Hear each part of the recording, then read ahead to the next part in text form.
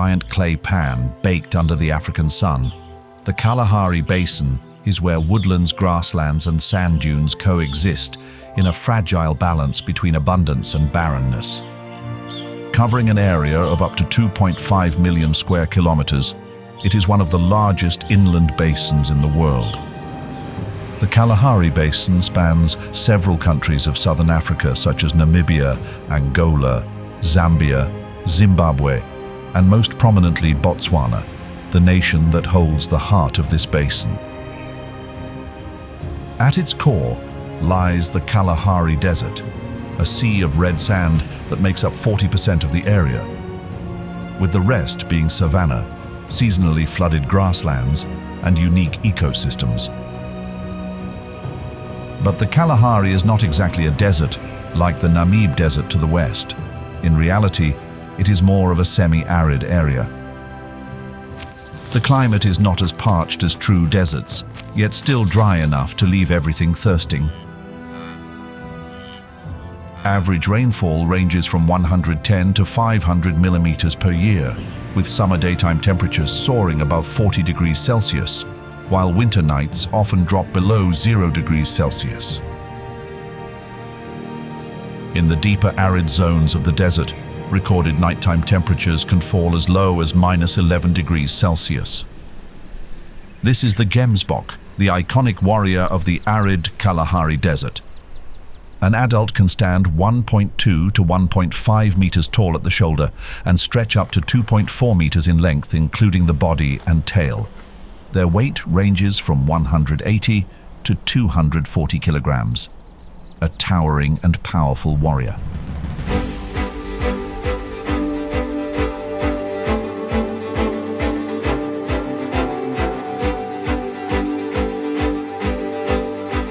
Living in the Kalahari, its body has learned to draw every drop of water from what it eats.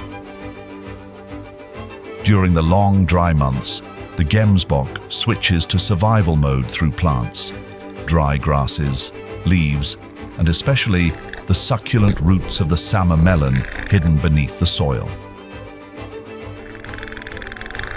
This melon belongs to the same family as the juicy watermelons we enjoy every day. The Kalahari soil does not give it sweetness, only a faint, bitter taste. But for the Gemsbok, that is more than enough, because inside this small fruit lies more than 90% water. Yet thirst is not the only challenge. The Kalahari is not only hot, it is like an open furnace beneath the sun. If a body stays in the heat too long, a rise in internal temperature is inevitable. If the brain, the command center of every action, warms beyond its natural threshold, the body falls into a state of severe imbalance. At over 40 degrees Celsius, nerve cells begin to weaken. If the brain's temperature continues to rise, reaching 42 degrees Celsius or more, nerve cells perish in great numbers, leaving permanent damage, and in many cases, the end of life itself. The Gemsbok's body can allow its temperature to climb, reducing the difference with the surrounding heat. It can grow as hot as 45 degrees Celsius. How does it survive? Inside the Gemsbok's skull lies a special network of blood vessels called the rete mirabile. When hot blood rushes upward from the body, it meets cooler blood flowing back from the nasal passages. The two streams exchange heat, lowering the temperature of the blood before it reaches the brain. With every step forward, the Gemsbok pays a price. In energy, in water, and sometimes even in life. No day is truly secure. A predator may wait behind any dune. The ground may grow too hot to stand still for long, and the air is so dry that even each breath feels like a luxury. In some years, rainfall in the Kalahari drops to less than 200 millimeters. During those months, the ground cracks open, plants wither away, and species less adapted slowly disappear. Yet within this harshness, nature has written a fairy tale, one that gives life back to all who endure.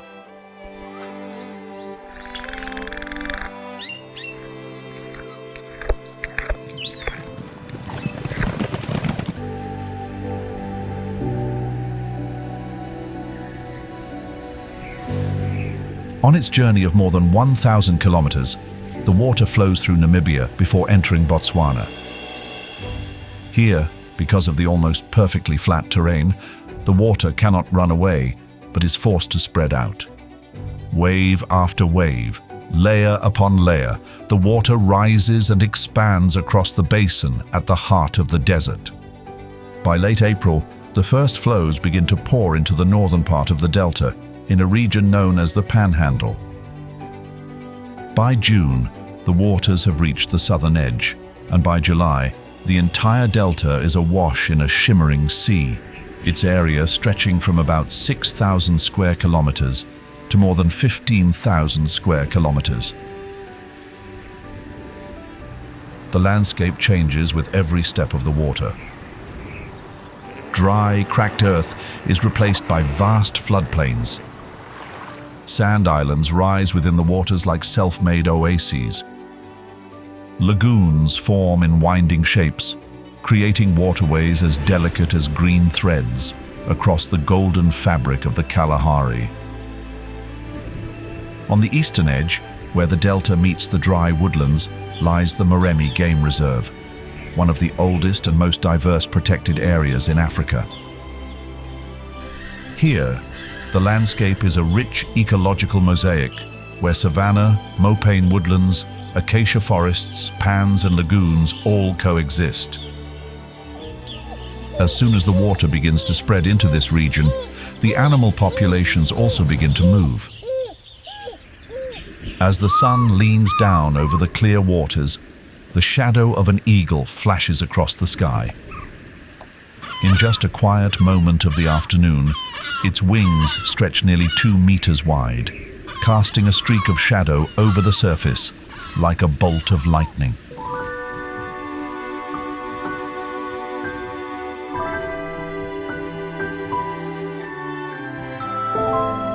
From a high branch, it watches with razor-sharp eyes, waiting for the tiniest ripple just beneath the surface.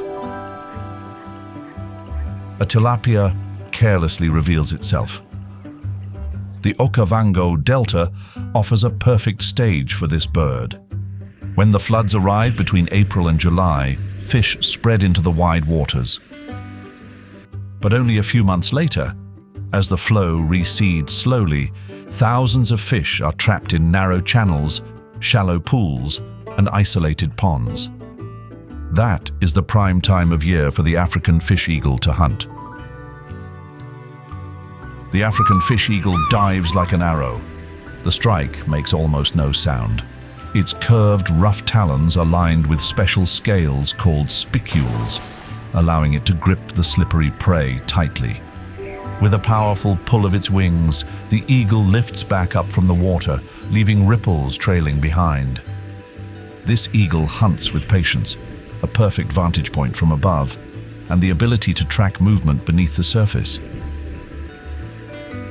Its eyes are equipped with specialized cone cells, giving it the power to detect prey, even when the light is constantly flashing off the water. Every dive is calculated according to the angle of light reflection, a skill absent in most other raptors.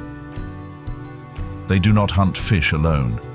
As the dry season begins and water levels drop, exposing mudflats and shallow banks, the eagle grows more versatile in its diet. Large catfish remain the main target, but if a heron lifts a fish from the water, the eagle will not hesitate to swoop in and seize it. This habit of stealing from other birds is a common opportunistic strategy in the region. They will also take monitor lizards, ducklings, and even stray baby crocodiles. Along rivers like the Boro, or in the channels around the Moremi Game Reserve, pairs of eagles can be seen nesting only a few hundred meters apart. The food supply is so rich that many pairs can live close together, their iconic calls echoing in every corner. That sound has become a symbol, the voice of Africa. These eagles are deeply tied to their territories. Each pair maintains a hunting ground ranging from 3 to 15 hectares, depending on fish abundance and nest quality. They stay faithful to their nests for many years, even decades, constantly reinforcing and expanding them through breeding seasons. The nests can grow up to 2 meters wide and more than 1 meter deep, nearly the size of a dugout canoe. From here, they follow the movements of the water, the light, and the return of the fish with each flood cycle. Their life cycle is tuned perfectly to the rhythm of the floods. As the waters recede toward the end of the dry season, they begin to breed. The female lays 1 to 3 eggs, but usually only 1 chick survives, as siblings compete intensely from the start. The nesting period lasts about 3 to 4 months, coinciding with the time when fish are most confined in shrinking pools. This ensures food is always plentiful for the growing chick. In the wild, their lifespan can reach up to 24 years. In that time, a pair of African fish eagles may raise dozens of offspring, sustaining their presence firmly within the food chain. As apex hunters of freshwater ecosystems, they do more than catch fish. They help maintain balance, keeping some native fish populations from growing unchecked. Not as sharp or swift as the predators, herds of African bush elephants appear quietly through the morning mist. The elephants are never in a hurry.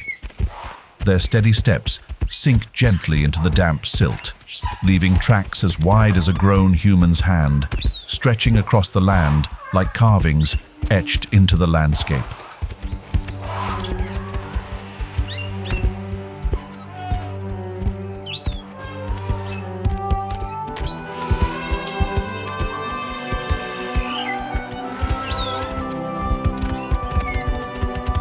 Unlike the herds of elephants that roam the dry savannas, the elephants of the Okavango Delta are creatures of water. They live not only among grass, but in deep harmony with the rhythms of this unique inland flood. When the delta floods from April to July, they retreat to higher islands, where the trees remain untouched by the rising water. As the waters slowly recede, they return to the floodplains, spreading across the land to graze on the fresh shoots rising from the newly exposed soil. Each season, each flood cycle becomes a new migration map, and it is the elephants who draw that map with their own journeys. Botswana is home to more than 132,000 elephants, the majority of the continent's remaining population, with the Okavango Delta as their vital heartland. This is the largest herd recorded in Africa as of 2024, according to data from the Khaza Wildlife Monitoring Program and Makgadikgadi. In strictly protected areas such as the Moremi Game Reserve, numbers are even showing a gentle increase. These elephants do more than follow the waters. They are masters of the floodplain. When crossing deep channels, they use their trunks as snorkels, lifted high above the surface to keep breathing steady, while their entire bodies are nearly submerged. Beyond grazing on grasses and breaking branches, the elephants of the Okavango also use tusks and feet to dig into the soft mud, searching for the roots of aquatic plants such as native water lilies. The young roots are rich in micronutrients like potassium and magnesium, essential elements for their growth. Each adult African elephant can consume from 150 to 300 kilograms of vegetation per day, depending on body size, sex, age, and environmental conditions. Elephants also play a crucial role in dispersing seeds. They may eat fruit on one island, then travel several kilometers through water to another. The seeds are released within nutrient-rich dung, creating ideal conditions for new plants to grow. This method of dispersal helps shape the scattered woodland structure, one of the distinctive ecological signatures of the Okavango Delta.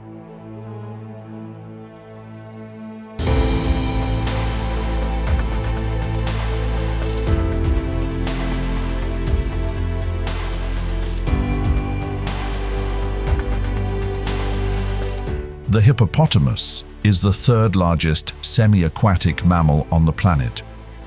With around 18,000 to 20,000 individuals across the delta, the Okavango is one of the greatest remaining strongholds of hippos in Africa. They spend most of the day submerged in deep channels or lagoons, where the water keeps them cool and sheltered from the intense heat of Botswana's dry season. But when the sun sets, they leave the water, moving in single file through the dark, pushing through reeds and pulling up grasses on land, with a rhythm unchanged for thousands of years. Each night, an adult hippo may walk 4 to 5 kilometers in search of food and consume an average of 68 kilograms of grass. Yet what happens afterward is even more important for the ecosystem.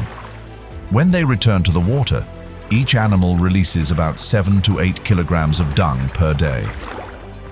This organic layer nourishes fish and aquatic insects, which in turn feed larger fish, diving birds, and even crocodiles.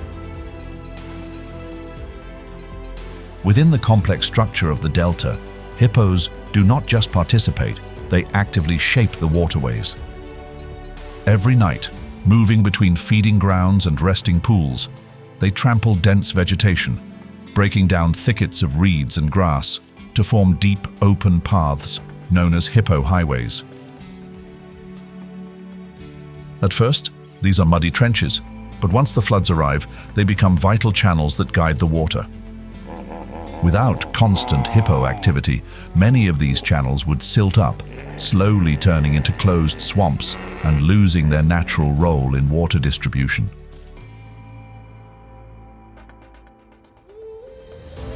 Life for hippos in the Okavango is bound to the rhythm of the annual floods. When the waters retreat in the dry season, open channels shrink into deep pools, forcing hippos to crowd together in high densities. The closeness brings visible tension, especially among adult males. Deep clashes, powerful pushes, and booming calls across the pools are not uncommon. By contrast, in the flood season, when waters spread across the plains, herds disperse into channels, lagoons, and small islands. More space eases competition and restores group balance. Still, this is a species with a strong territorial nature. Adult males often control stretches of river or lake between 250 and 500 meters long, guarding these areas at all costs. Their wide jaws can open up to 150 degrees, producing a roar as commanding as that of a lion.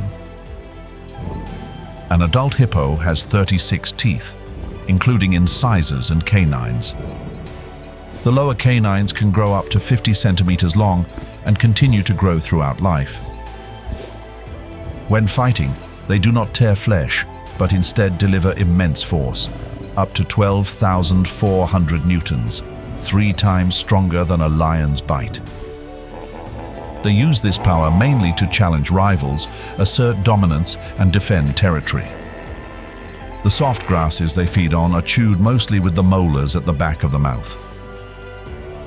Researchers have even likened a hippo's teeth to a living blade.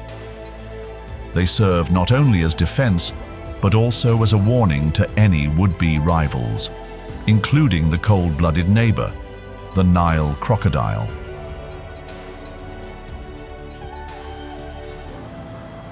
In the Okavango Delta, crocodiles and hippos share the waters with a kind of uneasy truce. Crocodiles may lie still beneath the surface, right beside a group of yawning hippos, as if bound by an invisible ceasefire. What unites them are the eyes floating above the water. If hippos sink to shield themselves, the Nile crocodile waits for a careless step. Which one do you think is more fearsome?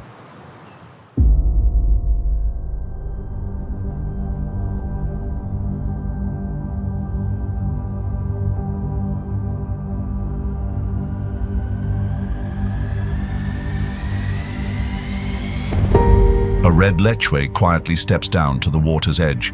It lowers its head to drink, unaware that only a few meters away, what seemed to be a drifting log has been lying in wait for hours.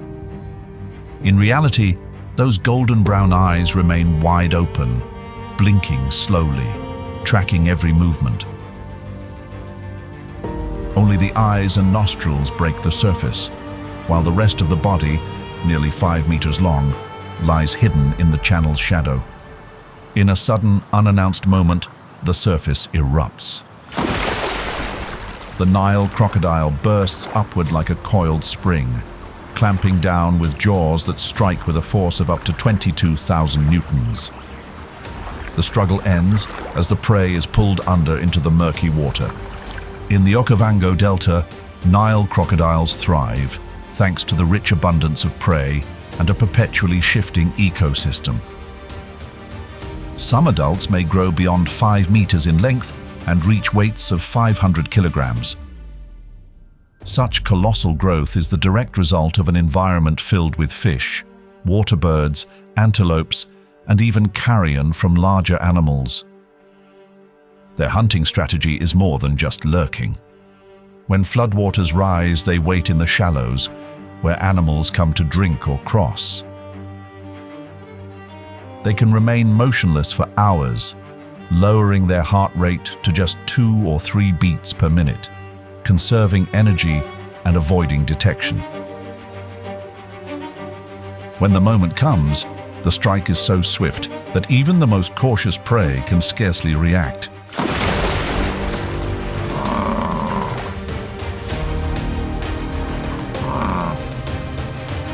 They pass up no opportunity. On rare occasions, if a leopard or a young lion strays too close to the water's edge, crocodiles will lunge.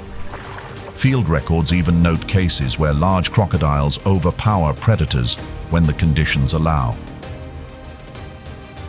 In territorial disputes, they may turn on smaller rivals, an act common among apex hunters. Yet crocodiles are more than hunters. They are the delta's cleaners. They consume carcasses, preventing disease from spreading and helping keep the waters clear. Still, crocodiles face challenges from their surroundings. In Botswana's winter, usually June and July, the floodwaters arriving from Angola are cool and clear. As cold-blooded reptiles, they slow down, hunting less during this time. They adapt by basking on sandy banks during the day, storing heat and energy. This ability to regulate body temperature through behavior is key to surviving the chill. Biologically, the Nile crocodile belongs to an ancient lineage of reptiles, with ancestors dating back to the Cretaceous. They have endured countless climate shifts, evolving slowly but steadily. A 4-chambered heart, powerful lungs that allow deep dives, and blood chemistry that resists acid buildup enable them to hold their breath for up to 2 hours, traits that make them supreme ambush predators. In an ecosystem where everything revolves around water, from timing to migrations to the food chain, the Nile crocodile stands as one of the oldest and most commanding symbols. They issue no warning calls, form no herds, and race against no rivals. They simply lie in silence, hidden, maintaining their place as apex hunters, as though floods, sun, and life itself unfold on their schedule. What makes the Okavango Delta extraordinary is that it never reaches the sea. Every drop of water ends by seeping into the ground or evaporating beneath the African sun. It is a self-contained world, entirely inward, running on its own. Everything begins with the rains and ends with the retreat of the water. Within this symphony of earth, water, wind, and life, the Okavango Delta tells the story of a wilderness whose heartbeat has never faded. About 100 kilometers northeast of the Okavango Delta, Chobe National Park welcomes the rains from late October to March. Unlike the Okavango, which floods with waters from Angola, Chobe survives on direct rainfall, each drop awakening the cracked earth after many months of searing sun. Along the riverbanks, grass begins to turn green again. Moisture rises from the ground like a signal of life. The air softens, with daytime temperatures hovering around 26 degrees Celsius and nights cooling to between 11 and 15 degrees Celsius. Clouds gather, and by late October, the first rains fall, triggering a burst of renewal as vegetation springs back in a wave of synchronized revival. But the rains in Chobe are uneven. The Serondella riverfront receives heavy rainfall, while Savuti and the southern Linyanti rely on underground marshes and temporary flows. This is a low-lying basin where water rarely dries completely, keeping the ecosystem perpetually open, operating as a complex network of circulation between water, climate, and wildlife. It is this contrast in rainfall across regions that creates a moving biological dance. One species arrives as another departs. One area flourishes while another still waits. Among them, the African wild dog holds its place as a true master of the savanna hunt. There are no thunderous roars or suspenseful stalks like those of lions or leopards. Their weapons are endurance, teamwork, and flawless communication. A soft howl echoes across the plains, low, drawn out, trembling like a trumpet call from the depths of the wild instinct. It is the signal. The lead animals lean forward, ears alert, muscles tensed beneath their mottled coats. No second command is needed. The entire pack moves as one. The hunt has begun. Today's prey is a young impala, alone at the edge of the wetlands near the Linyanti River. They surge into the open plain, each individual sprinting like an arrow released from a bow. Running without pause, taking turns at the lead, they turn the chase into a perfect relay, holding speeds of 50 to 60 kilometers per hour, sustained for more than 3 kilometers. Long, slender legs, a broad chest for deep breathing, and claws that do not retract for traction, all combine into a biological machine built for the hunt. The impala runs, twisting to escape, but the wild dogs split their formation. They circle, forcing it into a trap in the open plain. Each time the impala veers left, another dog is already there. By the 10th minute, the impala's strength is fading. A wild dog lands a decisive bite to the hindquarters. When the prey collapses, the pack takes no more than 15 minutes to consume it. Not from hunger alone, but because they know lions and spotted hyenas could arrive at any moment. The meal is carried out in order. The pups feed first, followed by the alpha pair, then the rest of the pack. No one is left hungry, for discipline defines them, and discipline makes them victors. The African wild dog's hunting success rate reaches 70%, a remarkable figure compared to lions at about 30% and leopards under 40%. Packs are not large, usually 10 to 20 individuals, but may reach 30 in ideal conditions. Only one alpha male and one alpha female reproduce, yet all members help raise the young. When pups are born, the others hunt and return food by regurgitating, a selfless behavior observed in many packs. Even the injured or elderly are given their share first. Each morning, before the hunt, the pack performs a greeting ritual, rubbing heads, sneezing, touching muzzles. Not to choose a leader, but to strengthen their bond. No alpha rules with heavy power. This system minimizes conflict, keeping energy focused on survival rather than rivalry. For the African wild dog, the pack is not just family. It is the only path to survival. When one is lost, expelled, or separated due to injury or weakness, the outcome can be harsh. Alone, it cannot hunt effectively and is vulnerable to lions, hyenas, or even rival dog packs. Behavioral studies show that separated individuals display signs similar to depression in animals, moving less, showing reduced alertness, signs of stress and isolation. Some may even stop eating or remain hidden in thickets for days, leading to decline through exhaustion or illness.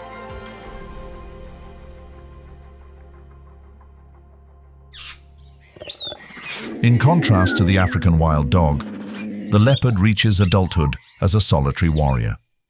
This lone hunter has been watching the wild dog's chase. A growl bursts from its throat. The African wild dogs scatter in alarm. Taking the chance, the leopard seizes the prey and climbs swiftly up the nearest tree.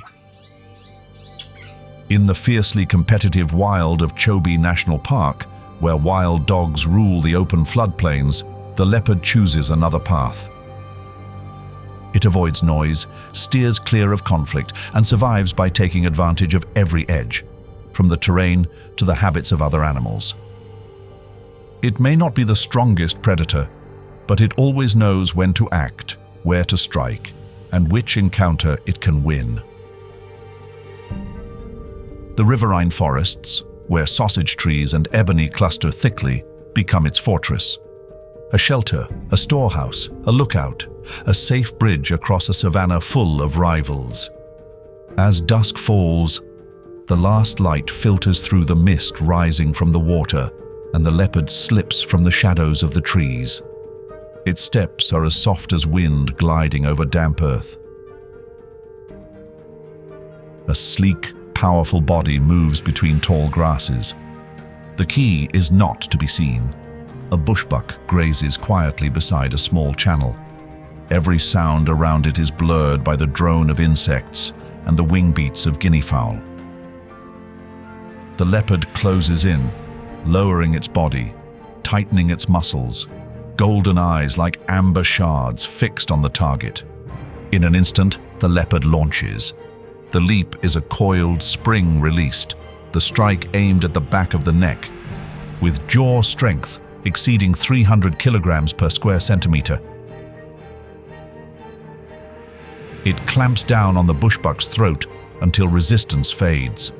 Without delay, it drags the prey up the nearest tree. An instinctive maneuver as practiced as breathing. Not only to feed in peace, but to keep the prize away from those ready to steal at the scent of blood. The leopards of Chobe rarely stray far from the riverine forest. Here, the cover is dense and prey is abundant. Impala, bushbuck, warthogs, even large birds and fish in shallow pools. They do not hunt every day, but when they do, success is often high thanks to stealth, patience, and perfect timing. Their bodies are leaner and more agile than lions, capable of short bursts of speed up to 58 kilometers per hour and leaps as far as 6 meters. True athletes of the animal kingdom. Though solitary, leopards maintain defined territories, ranging from 15 to 30 square kilometers, depending on sex and food availability. Males hold larger areas, often overlapping with several females. In safari areas like the Chobe Riverfront, some individuals have grown accustomed to vehicles, making them easier to observe, though most remain secretive, keeping far from noise and human presence. But the grasslands are not only a stage for hunters, they are also the pathways of life.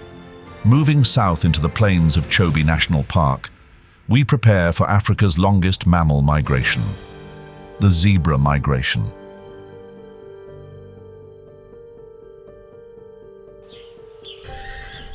As the first rain clouds begin to sweep across the southern sky, the dry earth of the salt pans slowly turns to a damp brown.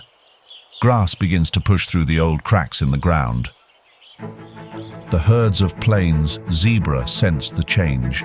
No maps, no compass. They begin to move, a black and white wave flowing steadily and resiliently, like the heartbeat of the land itself. Unlike many zebra herds that remain year-round in fixed lowlands, the zebras of Chobe are born travelers. They migrate with the seasons, with the rains, and with the subtle signals of earth and sky. The migration begins around late November or early December, when the first rains revive the Nxai pan and the Makgadikgadi pans. The herds leave the Chobe Riverfront, where they have endured the long, dry months, and begin their southward journey. Their route is almost a straight axis from north to south, stretching about 250 kilometers, with the round trip reaching 500 to 800 kilometers each year, depending on climate shifts. According to GPS collar studies, individual zebras may travel more than 50 kilometers in a single day, crossing barren ground with little water, facing the risks of predators and searing heat. Even as they move through waterless stretches, the zebras press on. And this determination sustains one of the longest land migrations in Africa. Each zebra group usually consists of one stallion, several mares, and their foals, forming the basic unit called a harem. When dozens of harems converge along the migration path, they form herds numbering in the hundreds. They keep moving until the green carpet of grass appears before their eyes.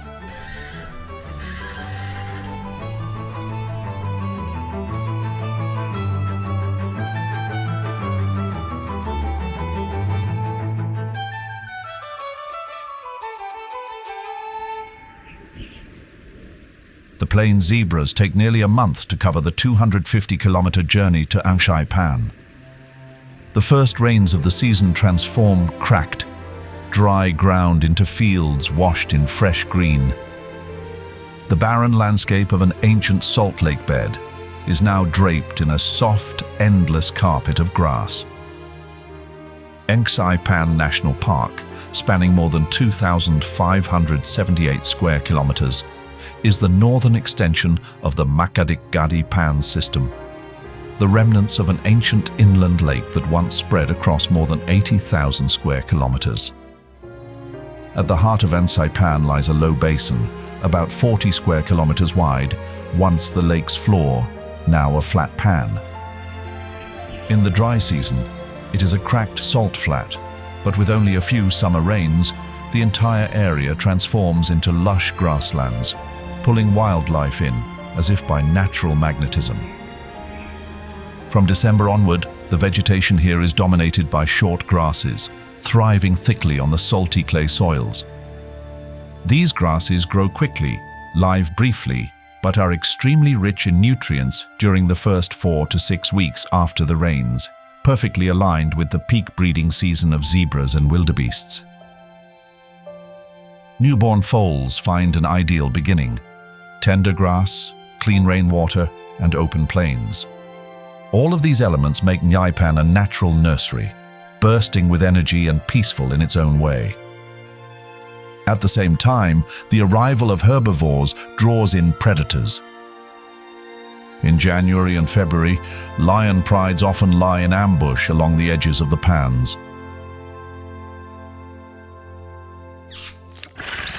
Lion density in Nxai Pan doubled during this period. In particular, they no longer hunt alone as in the dry season. Small groups of 2 to 4 individuals split off, organizing precise ambushes aimed at zebras that stray carelessly from the herd or wander close to the edge of the pan.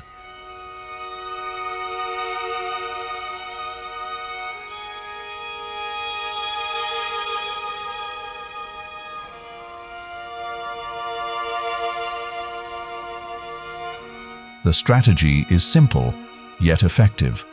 One female often holds the downwind position, lying motionless in the tall grass. Another circles behind the zebra herd, waiting for the right moment to separate the weakest target. When the signal comes in the form of a tail flick, the whole group bursts forward. The explosive speed of lions lasts only a few dozen meters, but it is enough to bring them onto their target. Muscle makes up more than 58% of their body mass, and their fast twitch fibers allow them to reach nearly 80 kilometers per hour in just a few seconds. The perfect strength for a swift and decisive strike. Not only is this the hunting season, it is also the training season for the cubs. Under the guidance of their mothers and the older members of the pride, they watch every step, every leap, learning how to locate prey and avoid the strong kicks from zebras. During this stage, the whole pride builds up fat reserves, heals wounds, and restores strength for the next dry season. However, it is not always easy. The territory of each pride in Nxai is much larger than in the richer savanna regions. Food is seasonal, requiring the pride to keep moving. The dominant males here are therefore often bigger, stronger, and constantly patrol and mark their territory. The flat landscape makes everything exposed. Intruders can be spotted from far away, yet it is also much harder to stop them. Near Baines's baobabs, the ancient trees that have stood for centuries remain like timeless pillars. For the lions, this is an ideal refuge in the midday heat, a perfect vantage point to watch the movement of zebras from a distance. Unlike populations that live in areas with higher prey density, prides in Nxai are usually smaller, sometimes only 2 to 6 females and 1 or 2 core males. But their range is wider, sometimes reaching 250 to 400 square kilometers, which is double that of lions in the Serengeti. In the dry season, they must travel even farther to find water and prey. The harsh environment also strengthens the bonds within the pride, since their survival depends on coordinated hunting and keeping their catch secure. Spotted hyenas, their most frequent rivals, are fewer in number in Nxai. But if a lone lion comes face to face with a clan of spotted hyenas, it will stand its ground.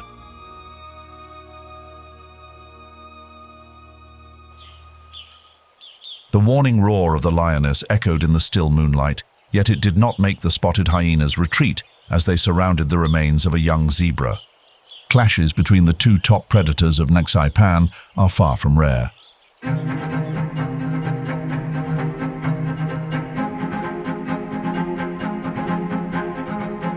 Across the flat basin, where nothing offers cover, both lions and hyenas know that avoiding each other is never simple. When lion eyes meet hyena eyes, it is not fear, but defiance reflected back. The standoff ends only when one side chooses to back away. Hyenas here are true hunters, and it is their adaptability that sustains one of the most intricate survival networks in Africa. From November to April, when the rains revive the basin and draw in migratory herds such as zebra and wildebeest, the spotted hyenas follow closely. They hunt by night, mostly targeting the young or those separated from the herd. Every move is calculated, and each eerie laugh that rings out in the darkness is not a sign of amusement, but a strategic signal, carrying as far as 5 kilometers and summoning the entire clan. Spotted hyenas succeed in 60% of their hunts, a remarkably high rate compared to many other predators. Their success comes not from sheer force, but from stamina and teamwork. They can pursue prey for many kilometers, drawing on endurance far greater than that of explosive sprinters like lions. Once a target is chosen, especially a young antelope still too fragile to resist, hyenas will doggedly trail it, pressing the chase until exhaustion takes over and the final strike is delivered. The social system of the spotted hyena makes hunting even more effective. Unlike lions, where males hold dominance, hyena clans are led by the alpha female. Every female born from her lineage automatically inherits the highest status in the group. This not only stabilizes the clan's structure, but also ensures that resources go to the strongest individuals, keeping the genetic line robust. The entire clan shares a network of dens, the nursery for all cubs. There, those with higher rank feed first and are guarded more closely, creating a strict but efficient hierarchy. In the dry season, from May to October, when the grasslands wither and most migratory herds depart, hyenas do not disappear. Instead, they adapt. Clans break into smaller roaming units, sometimes even hunting alone to ease competition within the group. Their prey shifts to resident species such as springbok, which remain year-round in the arid zones. under the harsh sun as scarce water holes turn into battlegrounds of survival. Hyenas travel tens of kilometers in search of water. Not only can they consume soft flesh, but their powerful jaws, with a bite force of up to 4,500 newtons, can crush even large leg bones. This allows them to make use of the entire carcass, skin, bones, sinew, and organs, ensuring nothing goes to waste during lean times. Hyenas also play a vital role in preventing outbreaks of disease from carcasses, especially in the rainy season when natural mortality among migratory herds rises. Thanks to their highly efficient digestion and acid-resistant stomachs, hyenas can even process harmful bacteria such as anthrax, something very few species are capable of. When the summer rains end, the lush grasslands of Nxai begin to turn golden. The zebra herds, having bred and grazed here throughout the rainy months, now gather into larger groups, their eyes fixed northward. An ancient instinct calls them back to the long journey toward the Chobe River, where water and green pastures await during the coming dry season. The return trek of more than 250 kilometers is a trial of endurance. Sweltering heat, predators lurking, from lions to spotted hyenas, all testing the herd's resilience and unity. And yet, as in every year, they press on without hesitation.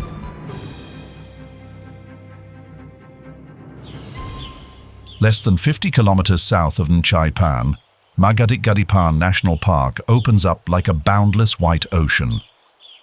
From December to February, the seemingly motionless pans come alive, filled with water and bursting with life, as if the earth itself had finally released its thirst after months of cracking under the Kalahari sun. The first rains usually arrive in late November, but not until mid-December, when the humidity lingers and water begins to pool into layers, does the real transformation take place. The dry pans, especially in Twetwe, Suwa, and the western stretch of the Makgadikgadi salt flats, start collecting shallow sheets of water. The once blinding white surface suddenly mirrors the deep blue sky, creating optical illusions that feel like stepping into another world. Across these shallow waters, blue-green algae bloom, tiny yet nutrient-rich organisms that set the foundation for a chain of life that will unfold throughout the rainy season. They are the essential food source, and also the invisible call that summons one of Africa's most extraordinary birds, the greater flamingo.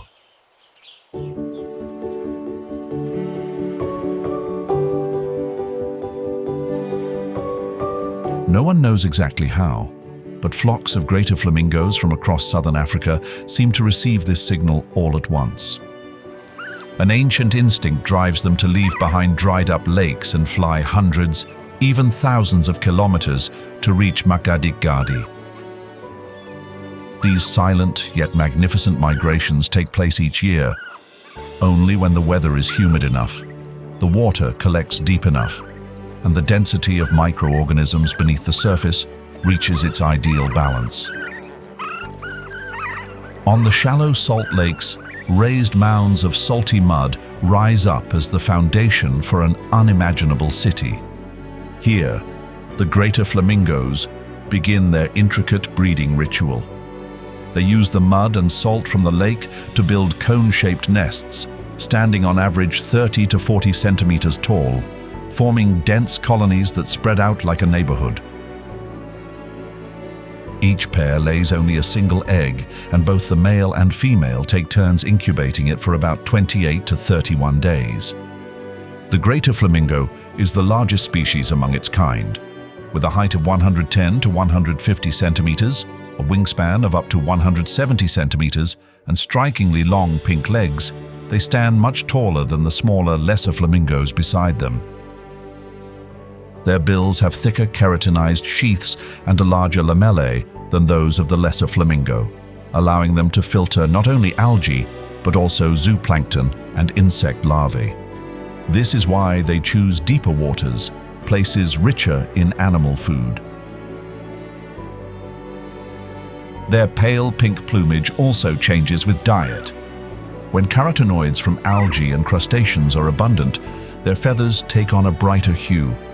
At Makgadikgadi, the rainy season's bloom of green algae and crustaceans helps them achieve their most vivid colors. Greater flamingos stir the mud as they feed, bringing oxygen and nutrients into circulation and helping to sustain the biological productivity of the salt lakes. The sight of hundreds of thousands of flamingos descending together transforms the barren land into a place reborn.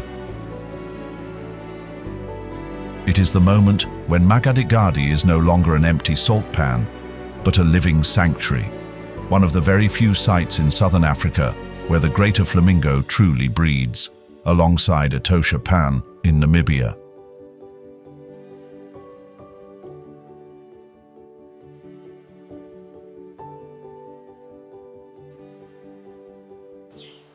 When the vast lake of Makgadikgadi Pan glows with the soft pink of hundreds of thousands of greater flamingos, in another corner a completely different figure emerges. The marabou stork, standing lanky at more than 1.5 meters tall, with grey plumage, an enormous bill, and a bare, peculiar-looking head, walks slowly along the water's edge. Its bald head, wrinkled bare neck, and heavy dagger-like bill point straight down toward the surface. No sound, no wasted movement. Then suddenly, a lightning-quick strike pierces the water, pulling up a wriggling fish at the tip of its bill. A brief moment, yet precise, efficient, and without waste.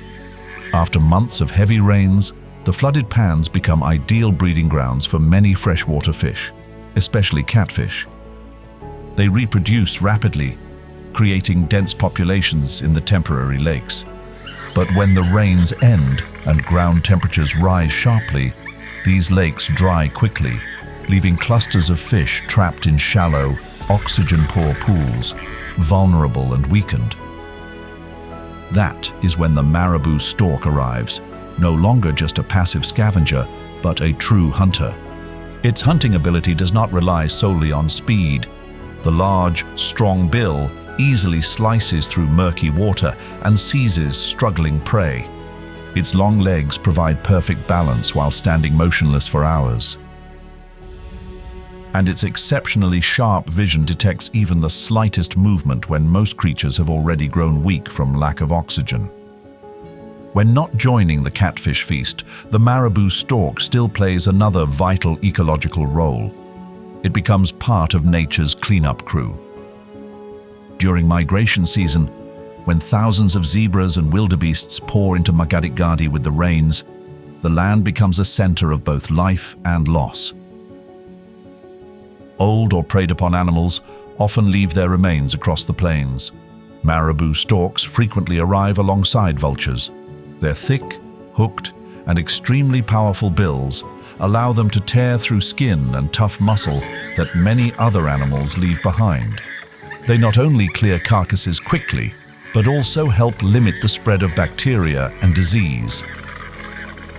Their bare heads and necks serve a hygienic function as well, reducing the risk of parasites and bacteria clinging to feathers when feeding on decomposed remains.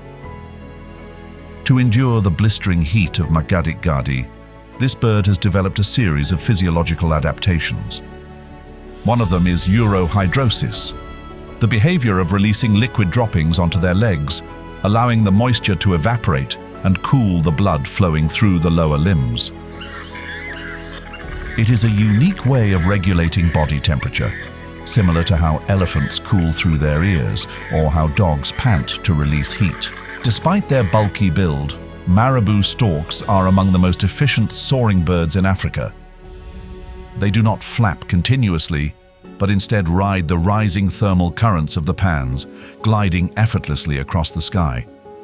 This allows them to travel for tens of kilometers while expending almost no energy. From above, they scan the entire landscape for carcasses, stranded fish, or any signs of migration unfolding below.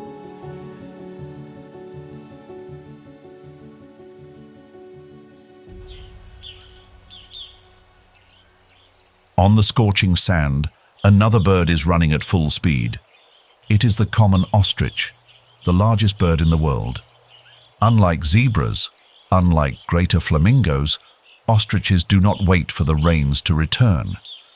They see the salt pans as their vast home. With long, muscular, and remarkably enduring legs, the ostrich can cover tens of kilometers in a single day in search of scattered food across the arid land. Their diet is so varied it seems to have no limits. Dry grasses, tough leaves, salt-tolerant roots, surviving succulents, and even insects or small animal remains when there is no other choice.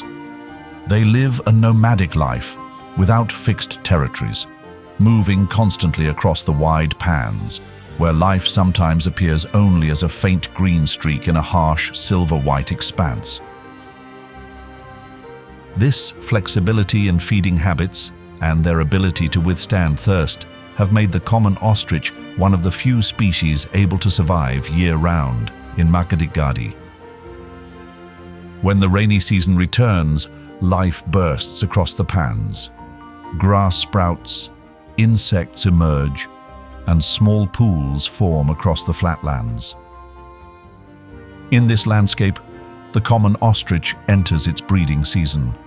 On the flat surface, as smooth as a mirror, the male spreads its wings, lowers itself to the ground, and sways its head and feathers in rhythm like a true dancer of the plains.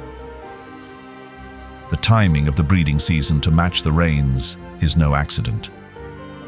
This is the period of the year when food is most abundant, ensuring that the newly hatched chicks will have soft grass and insects to grow strong.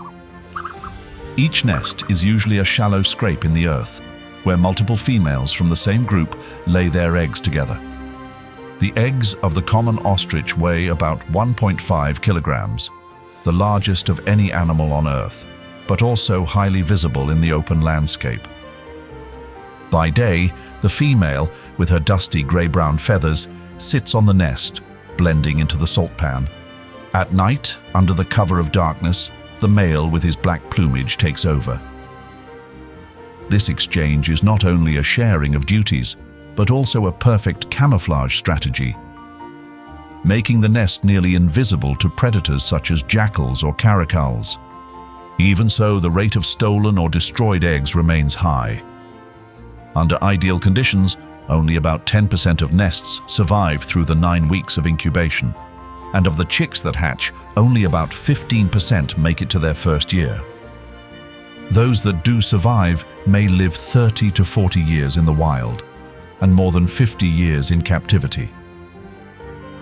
It is a long-term investment that nature demands, requiring patience and strategy from both parents.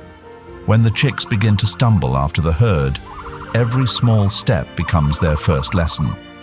Not only to run fast, but to run far, long, and wisely enough to survive. With extraordinary eyesight that can spot movement more than 3 kilometers away and bursts of speed exceeding 70 kilometers per hour, the adult ostrich is a creature with few natural threats. But the salt pans still hold some of the greatest athletes of the wild. The cheetah is a prime example. A high-speed chase is unfolding between two of Africa's fastest animals. A common ostrich, towering over 2 meters tall, is desperately trying to escape. Behind it, a sleek body skims close to the ground, accelerating stride by stride like a machine programmed for breathtaking pursuit. Wind whistles past its ears, the earth trembles with each powerful step, and in less than 30 seconds, more than 100 meters have been closed by the Southeast African cheetah. On the flat terrain of Makgadikgadi Pan National Park, where not a single large tree offers cover, ambush is nearly impossible.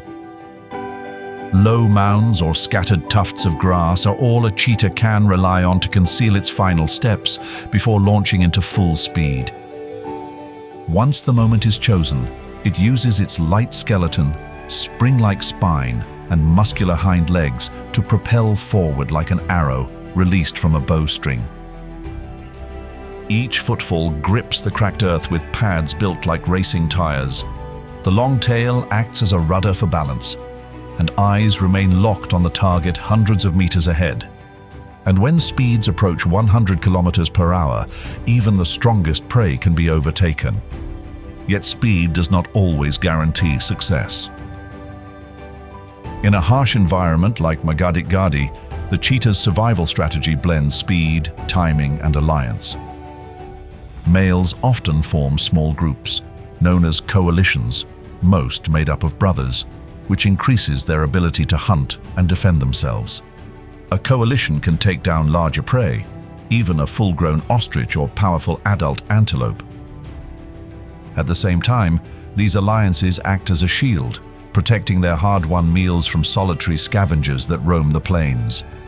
Active mostly during the day, especially around midday, a time when lions and hyenas usually rest, cheetahs choose to face the heat rather than the competition. Under temperatures soaring above 40 degrees Celsius, they hunt beneath the blinding glare reflected from the white salt surface. In Makgadikgadi, the cheetah's life cycle is tied closely to the rhythm of the land. When the rains arrive, herds of zebras and wildebeests flood into the basin to graze on fresh grass. This is the season of abundance.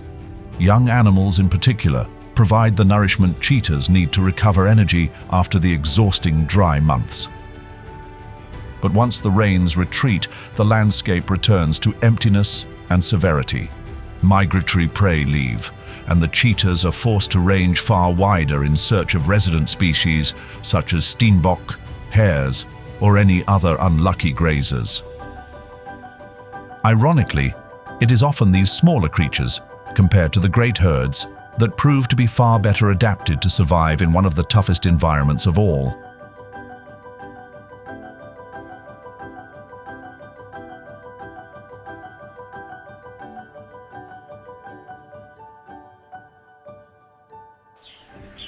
Let us return to the semi-arid expanse of 900,000 square kilometers, the Kalahari Desert.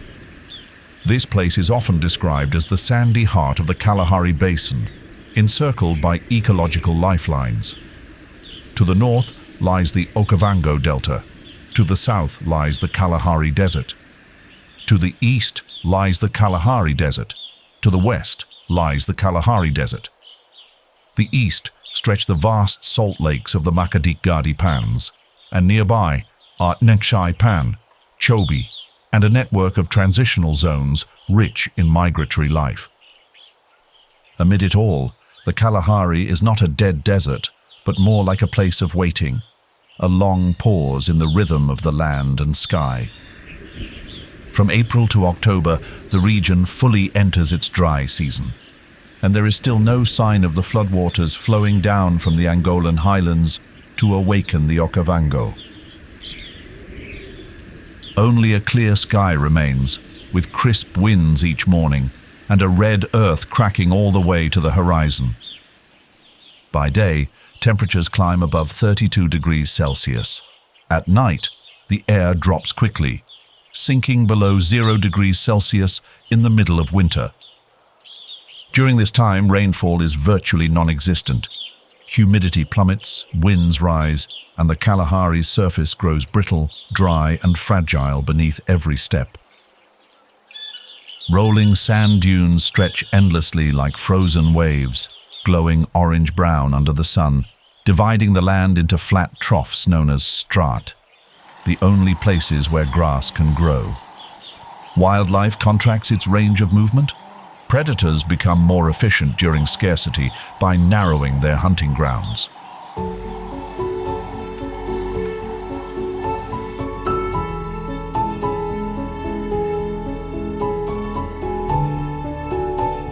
In the long, dry season from April to October, when the Kalahari Desert sees no rain and the earth cracks, troops of chakma baboons still move day by day through the glowing red valleys of sand, guided by memory of water and food. Unlike many other animals that rely only on chance, they survive through intelligence, coordinated effort, and a constant ability to learn and adapt. Leading them are usually the older males, carrying in their minds a living map. Every waterhole that appears after rains, every tsama melon heavy with moisture. Around the few remaining waterholes, the troop gathers, digging for roots beneath the soil or leaping across mopane branches as if searching for hidden signs of survival. When the troop crosses the desert, they do not move in chaos. Each individual seems to have its own place, forming a loose, organized line. This is not for avoiding danger or competing for food, but simply because they prefer to keep close to their friends in the troop. A social choice, much like humans choosing to sit next to family at a dinner table. Chacma baboons are true omnivores. On days when no live prey is caught, they turn to any food source imaginable. Sweet roots, seeds, berries, bird eggs, insects, even lizards or small mammals. They can accurately remember hundreds of food locations spread across ranges from 900 to 3,000 hectares. But Chacma baboons are not just gentle foragers. An adult male can stand nearly 70 centimeters tall and weigh more than 35 kilograms. With a muscular frame and canine teeth almost 4 centimeters long, glinting like short blades in the morning sun, it is not roots or berries that draw his eye. His gaze fixes on a newborn gazelle, separated from its mother at the edge of the grassland. The baboon lunges in a sudden burst of speed. The hunt lasts only seconds. The young gazelle, barely able to stand, is quickly subdued. A protein-rich meal like this is rare in the Kalahari, yet vital for dominant males, those who must defend their status within the troop, secure mating rights, and be the first to respond when predators approach. One of the strangest survival skills in the Kalahari is scorpion hunting. A baboon flips the scorpion onto its back with its hands, then swiftly snaps off the venomous tail using its long, nimble fingers. Once the danger is gone, it calmly enjoys the rest of the meal. This is learned behavior. The young watch and imitate the older members. The learning happens daily, season after season, creating a chain of knowledge passed down through generations. That social structure itself becomes the foundation of survival. A troop may number up to 100 individuals, with the large males taking on the role of protectors. When a predator like a lion, leopard, or spotted hyena is detected, they do not scatter in panic but band together, forming a barrier, sounding alarms, and even confronting the threat directly. In a land as open and shelterless as the Kalahari, safety comes not from fleeing, but from standing together.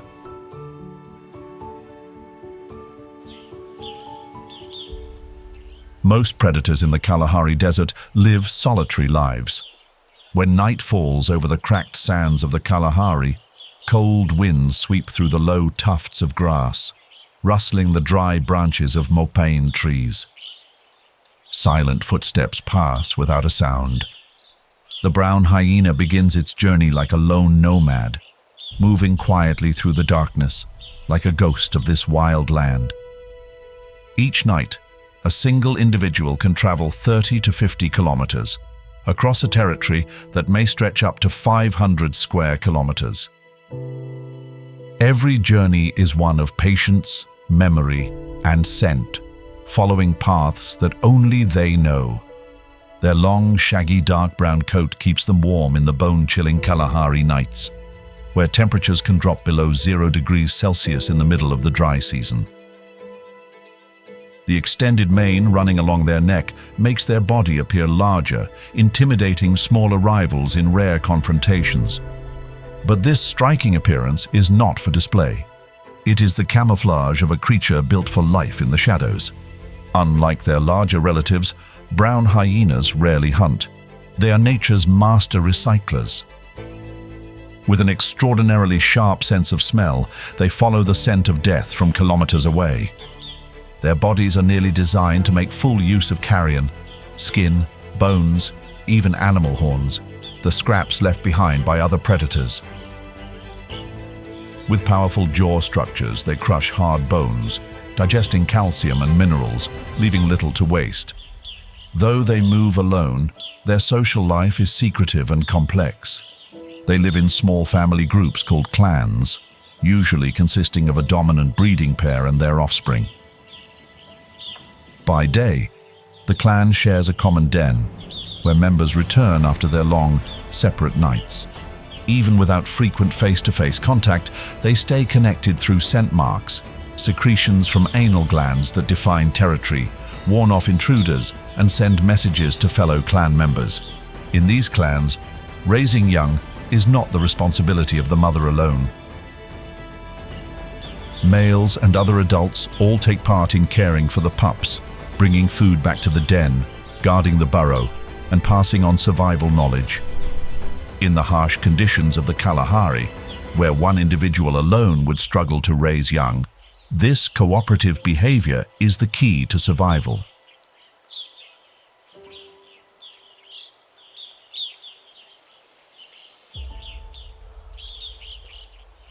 When it comes to adaptability and survival, few species can rival the foxes. The Cape fox is the smallest fox in Africa, yet also one of the true masters of silence, darkness, and adaptation. Weighing only about 2.5 to 4.5 kilograms and standing 30 to 36 centimeters tall, the Cape fox has no advantage in size. But in return, it possesses a pair of large ears, always held upright like finely tuned antennas picking up every sound. In the desert night, where no thick trees or dense shrubs offer cover, hearing becomes the weapon of survival. They can detect the footsteps of a gerbil digging its burrow, the faint scrape of a beetle shifting beneath the sand, or even the wings of a termite passing through the air. As soon as the sun slips below the horizon, a Cape fox emerges from the burrow it shares with its mate during the breeding season. This den is not always their own creation. Often it is an abandoned burrow of a springhare or aardvark, an ideal refuge from the daytime heat. All day, they remain almost motionless in the cool shade underground. But at night, their energy is released in quick, light, and calculated steps. Cape foxes do not hunt in packs. Even though they live in lifelong pairs, most of the time they move and hunt alone. This reduces noise, avoids drawing the attention of larger predators, and increases their chances of reaching scattered food sources. When termite season arrives, usually after the rains, the foxes seize the moment, catching dozens within minutes as they burst from their nests.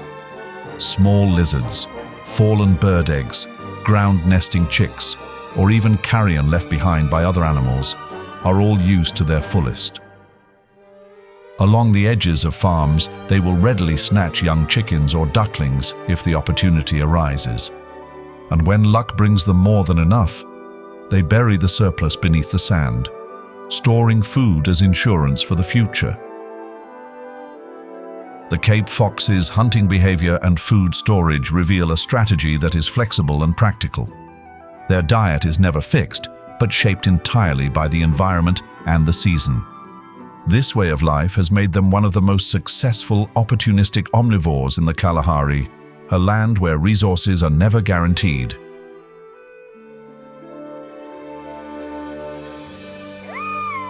If the small Cape fox, with its silvery grey coat, blends into the moonlight of the Kalahari, then the black-backed jackal appears as its far bolder opposite. Across its back runs a sleek black saddle from shoulders to tail, bordered by a striking red-brown coat that makes its figure stand out even in the fading twilight. As a native wild dog of southern Africa, its range stretches across Namibia, Botswana, Zimbabwe, and South Africa. On the cool sand of the Kalahari, a pair of jackals emerges from their den at nightfall. Instinct guides them along familiar paths, where faint clues mark the way: rodent tracks, bird droppings, or the drag lines of a lizard etched into the sand.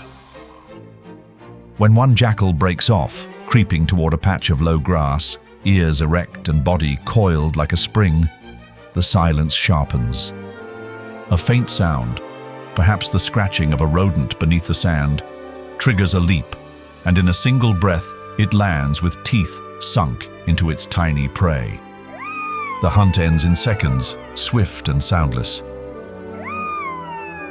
They rely on keen eyesight and hearing to locate targets, but their greatest strength lies in smell.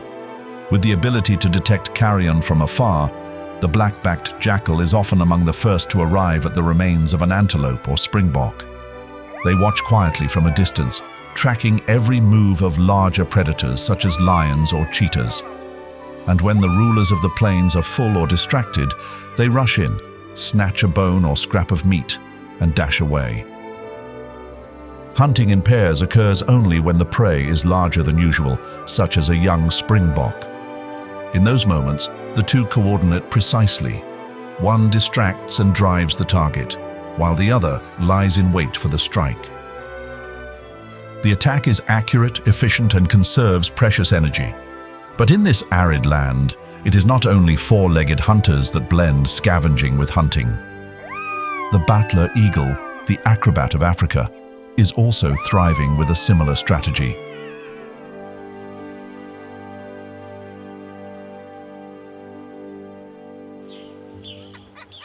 The reason the battler is called the acrobat is not because of its size or a thunderous call, but because of its unique swaying flight and its endless patrols of the sky.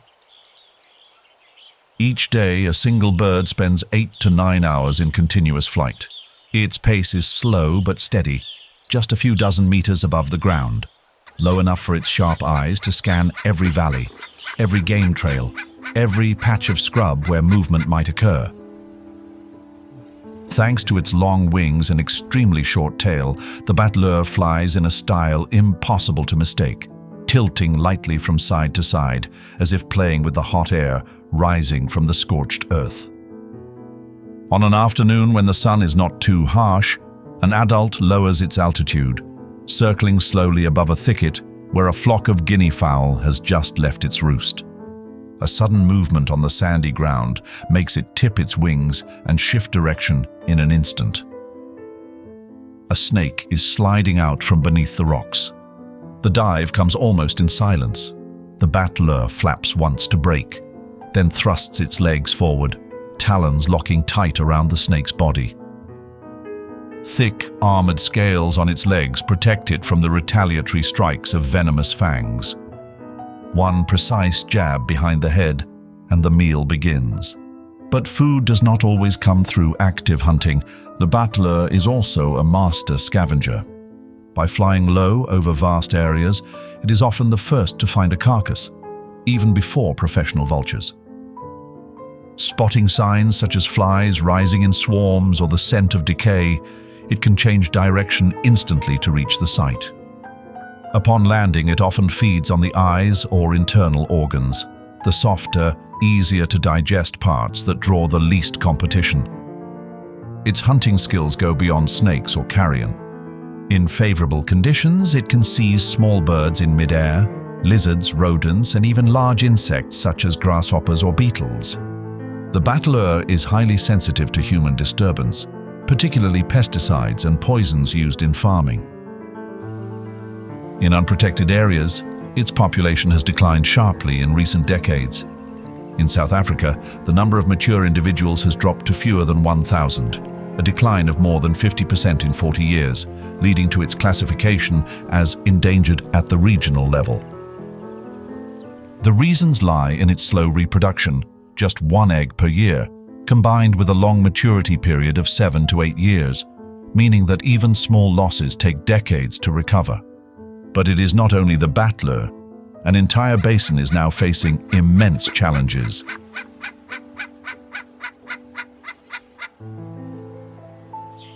In recent years, the Kalahari Basin, stretching across Angola, Namibia, Botswana, and Zimbabwe, has been increasingly affected by climate change.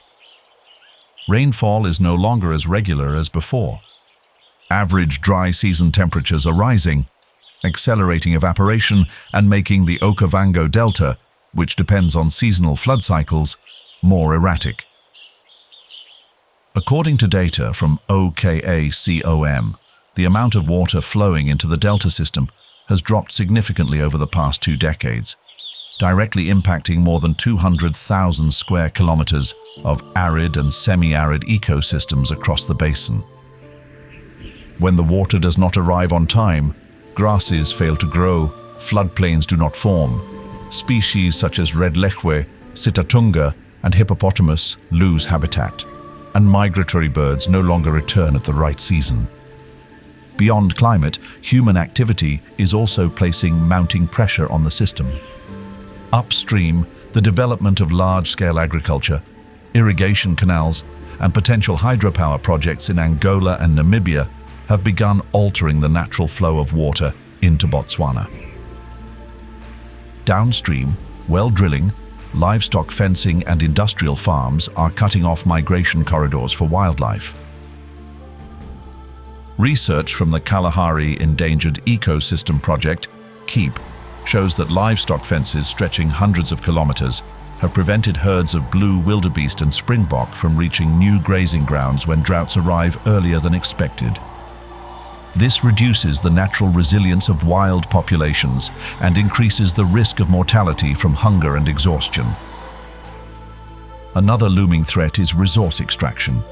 The oil drilling project in the Okavango region along the Namibia-Botswana border has faced strong opposition from conservation groups.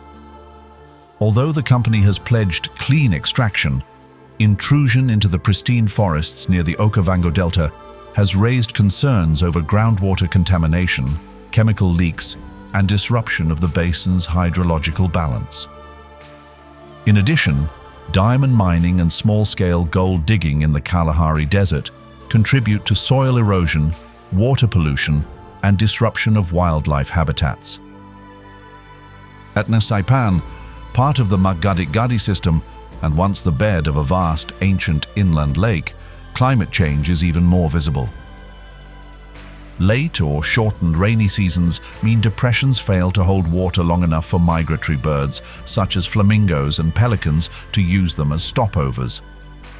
Elephants and giraffes, which once depended on rainwater gathered in the pans, are now forced to travel farther in search of water, heightening stress inside protected areas, especially at the end of the dry season. A report from the Tswalu Foundation recorded that water scarcity in the southern Kalahari has affected more than 70% of large mammals monitored in the area, forcing species such as oryx and eland to alter their annual biological rhythms. Life in the Kalahari Basin cannot endure without water, without forests, without the open space that allows wildlife to move according to instincts shaped over thousands of years. When these elements are cut off or lost, the natural chain of ecology begins to unravel, bringing instability not only for animals, but also for the human communities that depend on nature. And while it is not yet too late, the window to safeguard this wonder at the heart of the desert is slowly closing, demanding stronger, more united action than ever before. In the face of these threats, many efforts have been launched across the basin. The Okacom organization, formed by Angola, Namibia, and Botswana, is carrying out cross-border cooperation programs to manage water resources sustainably, with a priority on safeguarding natural flows and finding balance between development and conservation. The Okavango Wilderness Project, led by National Geographic, has also made significant contributions by conducting surveys, mapping, recording biological and cultural data, and supporting the training of local communities in ecotourism and conservation. At places like the Nata Bird Sanctuary, community-managed conservation models have proven effective in protecting wetland habitats for birds, thanks to transparent benefit-sharing mechanisms and the consensus of local residents. Meanwhile, in the Pans, national parks are gradually expanding their boundaries and linking with private reserves and semi-protected zones, to create continuous cross-border conservation networks, increasing safe migration corridors for large species such as the African wild dog and the cheetah. Tourism is also playing an important role. Operators have begun shifting to a low-impact, high-value model using mokoros, traditional dugout canoes, instead of motorboats, encouraging visitors to engage with local communities and directly support conservation initiatives. At the same time, non-governmental organizations such as Elephants Without Borders are conducting continuous monitoring with GPS and drones to track elephant migration routes, providing strategic recommendations for governments and communities. Every small action we take today can make a big difference for the future of wild places like the Okavango Delta and the Kalahari Desert. Choosing sustainable travel, supporting conservation initiatives, avoiding products made from wildlife, or simply sharing knowledge within our communities all contribute to protecting this fragile life. Nature does not need us to save it, but we need to learn to live in harmony with it so that these wonders may endure for future generations, not only in Africa, but across the entire planet. And if you've ever visited a lush green savanna or a scorching desert anywhere in the world, don't hesitate to share your knowledge and experiences in the comments below. They can be a source of inspiration and motivation for ongoing efforts to protect nature and endangered wildlife, while preserving ecosystems for generations to come. Don't forget to hit like, subscribe, and ring the notification bell so you can join us on the next extraordinary adventures. You can also continue following the survival journeys of wild animals in other regions in The Last Migration, a journey across Africa's forgotten wilderness, or Savannah's Last Drop, Battles at the Waterhole.